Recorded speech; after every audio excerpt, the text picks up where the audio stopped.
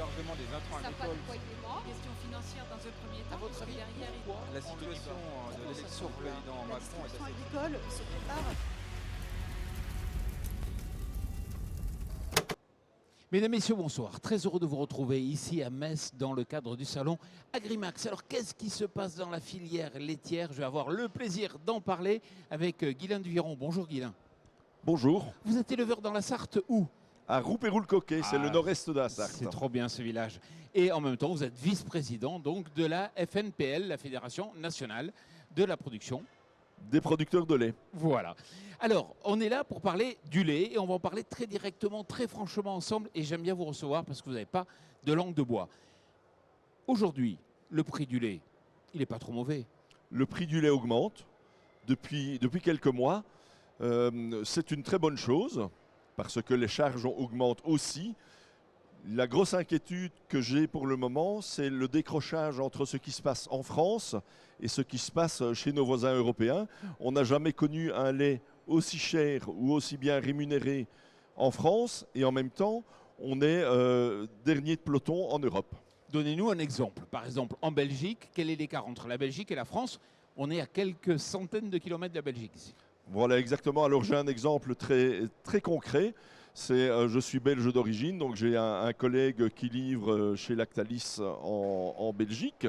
S'il avait livré son lait à Lactalis en Basse-Normandie comme je le fais, eh bien, au mois de mars, il aurait touché 35 € de moins au 1000 litres. Jusque-là, ce n'est pas très inquiétant parce qu'on avait été mieux rémunéré en France au cours des derniers mois, voire même des dernières années. Donc là, c'est un écart qui est tout à fait acceptable. Au mois d'août, il aurait perçu 120 € de moins, donc ça commence à compter. Au mois de septembre, il aurait perçu 170 € de moins. Donc une production comme sur notre ferme familiale, 3 associés, où on produit 1 million de litres par an, si on maintenait cet écart de 170 €, eh bien ça fait 170 000 € au bout de l'année de différence. Donc c'est inquiétant. Mais Guylain, il n'y a aucune raison. L'herbe, le sol, tout est pareil. L'aliment, même le prix de l'aliment est le même. Alors je ne sais pas si tout est pareil. Ce qui est sûr, c'est que les charges dont on nous parle tant, l'énergie de la transformation et d'autres, le gaz, l'électricité, il n'y a rien qui puisse expliquer un tel décalage. Alors pourquoi ce décalage? Parce qu'il va falloir me donner une raison. Ah ben ça, le- je ne l'ai pas malheureusement. C'est les transformateurs.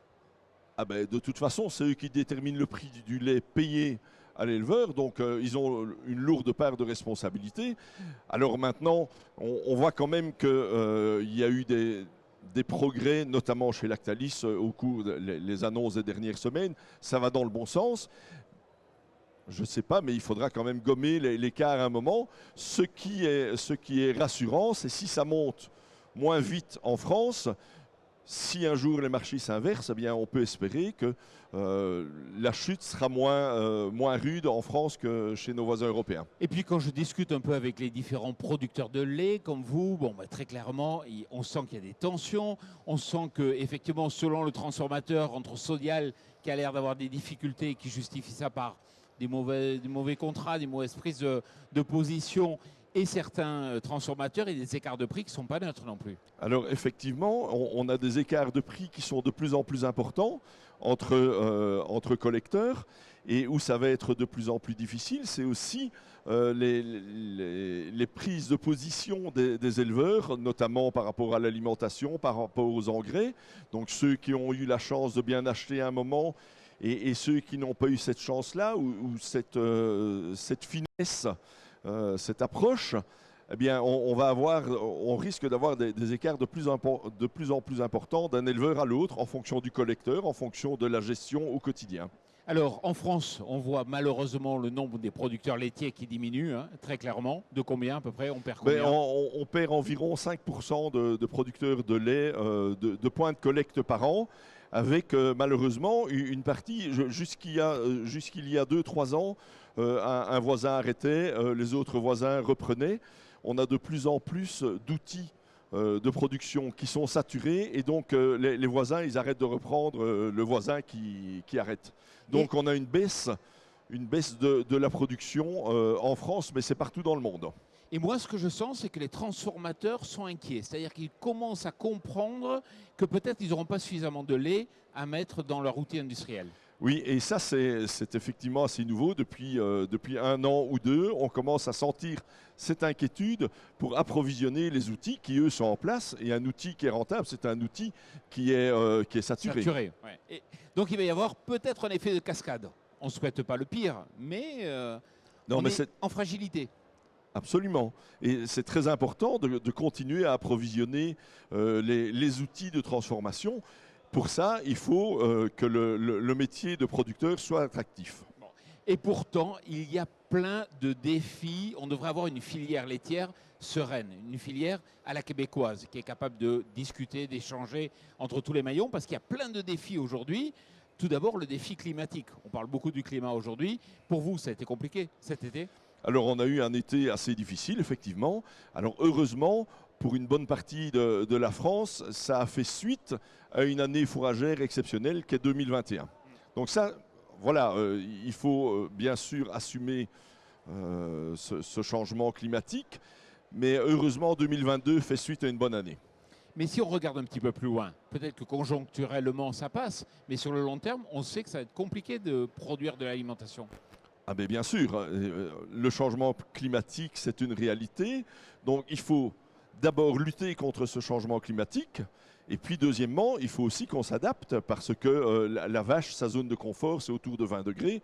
Quand on a 25, 30, 35 degrés, eh bien c'est difficile pour elle et pour les fourrages. Ça remet même en cause peut-être des schémas d'élevage qui sont plus adaptés avec des degrés en plus. Des schémas d'élevage et des zones d'élevage. Et c'est là où la France laitière a une place très importante dans le monde. Et malgré le changement climatique, on a quand même une part importante du territoire où il restera possible d'élever des vaches laitières. Donc il faut garder cette place. Deuxième défi, le renouvellement des générations. On le sait, en gros, il va y avoir un tiers des exploitations qui vont changer de main dans les 10 ans à venir. Et en élevage, ce n'est pas gagné. Absolument. Ça, c'est le premier ou le deuxième défi à relever. On en a deux. C'est celui dont on vient de parler, le climat, mais le renouvellement des générations. Alors, c'est vrai pour les éleveurs, mais c'est vrai aussi pour le reste de la filière. Mais s'il n'y a pas d'éleveurs, on n'aura pas besoin du reste de la filière. Troisième défi, le carbone. Oui, alors le carbone, je l'intègre dans le changement climatique, donc c'est un défi commun. Oui, mais il va falloir baisser en fait les rejets de carbone de façon importante. Il y a eu des engagements. Absolument. Mais c'est là une chance pour la filière laitière, puisque la filière laitière a sa part de responsabilité, mais elle est aussi source de solutions, tant en diminution des émissions de méthane, mais aussi dans le stockage du carbone dans les sols. Et donc on a toute notre place, donc c'est une chance pour la filière laitière. Vous avez fait une prospective pour essayer de voir en 2030 ce qui pouvait se passer. Qu'est-ce qu'il apparaît? Alors on a effectivement étudié différents scénarios, mais on voit bien que depuis la mise en place de ce programme France laitière 2030, mais tout a été bouleversé dans le monde. Donc moi je ne peux pas vous dire ce que ce sera demain. Mais ce qui est certain, c'est que la demande laitière, la demande de produits laitiers, elle augmente partout dans le monde et que la production, elle a tendance à diminuer. Et on voit bien que les zones d'élevage où la production laitière est possible, ça diminue partout dans le monde. Alors, on va se projeter dans le futur. On voit difficultés de renouvellement, des contraintes d'émissions de gaz, de méthane. On voit des contraintes aussi en termes de coûts d'aliments, des prix qui ne sont pas forcément à la hauteur peut-être de la remontée des charges. Ce n'est pas très positif. Ça veut dire qu'en France, on va produire un lait de luxe? Alors moi, ce que j'espère, c'est que la France sera au rendez-vous de la demande mondiale. Alors on pourrait choisir le repli sur soi. Et aujourd'hui, on a 60% du lait français qui est consommé en France. On pourrait se dire, on produit ces 60%-là et puis le reste, on s'en sépare.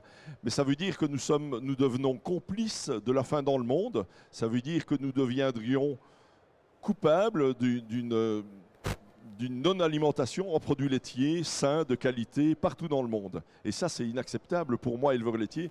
Moi, mon métier, c'est de produire du lait pour nourrir le monde. Et je n'ai pas du tout envie du repli sur soi. Oui, mais si les laiteries ferment, s'il y a de moins en moins de producteurs, peut-être qu'on sera bien content déjà de faire les 60%. Quelles sont les solutions? Maintenant, on passe aux solutions. Il faut faire quoi? Qui a la solution? La solution, elle est avant tout chez le transformateur, mais aussi chez le distributeur et le consommateur. Le consommateur, il doit choisir. Mais alors nous, producteurs, nous devons être motivés. On a un problème de main-d'œuvre. Mais ce n'est pas qu'en agriculture, mais il faut que l'emploi en agriculture et particulièrement en élevage laitier soit attractif. Pour qu'il soit attractif, moi, si j'ai un salarié, il faut que j'arrive à le rémunérer à un juste niveau. Il faut que si je veux installer un agriculteur, quand moi je prendrai ma retraite, eh bien, il faut qu'il soit motivé. Il faudrait que le problème de la rémunération ne soit plus un problème et qu'on ait ce souci-là en moins et on arrivera à renouveler les générations. Mais il y a quand même une donnée assez positive, c'est qu'Egalim 2 a à peu près fonctionné. Si elle a fonctionné à un endroit, c'est bien dans le lait. Absolument. Egalim 2, alors certes, c'est pas parfait, mais on voit bien que ça a marché. Alors on a eu le bel exemple de Lactalis ces dernières semaines. Il y a eu une médiation entre l'Union nationale des éleveurs-livreurs Lactalis et le médiateur et Lactalis. Et on va dire, entre nous, que le médiateur a un peu tordu le bras à Lactalis et lui a dit « Il est hors de question que tu continues à t'aligner sur l'environnement qui n'arrive pas à payer. Il faut que tu payes ton éleveur en fonction de ta valorisation et en fonction du coût de production. » Alors ça, c'est vraiment intéressant parce que c'est un mal très français. On a plein de spécificités en France, vous le savez. Et c'est vrai qu'on ne sait pas se mettre d'accord, on ne sait pas respecter un engagement, on ne sait pas partager. Alors on veut bien partager, mais on préfère que ce soit chez les autres. Ouais. Alors que les Québécois savent très bien se mettre autour d'une table et respecter un accord. Oui. Alors sans doute de ce que nous entendons dire, notamment les négociations avec la distribution seraient beaucoup plus faciles aux Pays-Bas, en Allemagne, en Belgique qu'en France. On a une distribution qui serait beaucoup plus difficile en négociation. Mais là, c'est quand même... on n'a pas, malgré Egalim, on n'a pas encore suffisamment de transparence pour dire c'est lui ou l'autre qui est le coupable. Bon, Guilain, pour finir, on reste optimiste. Bien sûr. Oui, il faut. Le lait, on y croit alors. Voilà, bon. Exactement. Bon, mais merci beaucoup d'être venu ici débattre de ce sujet sur le lait, la production, la filière, et merci à vous surtout.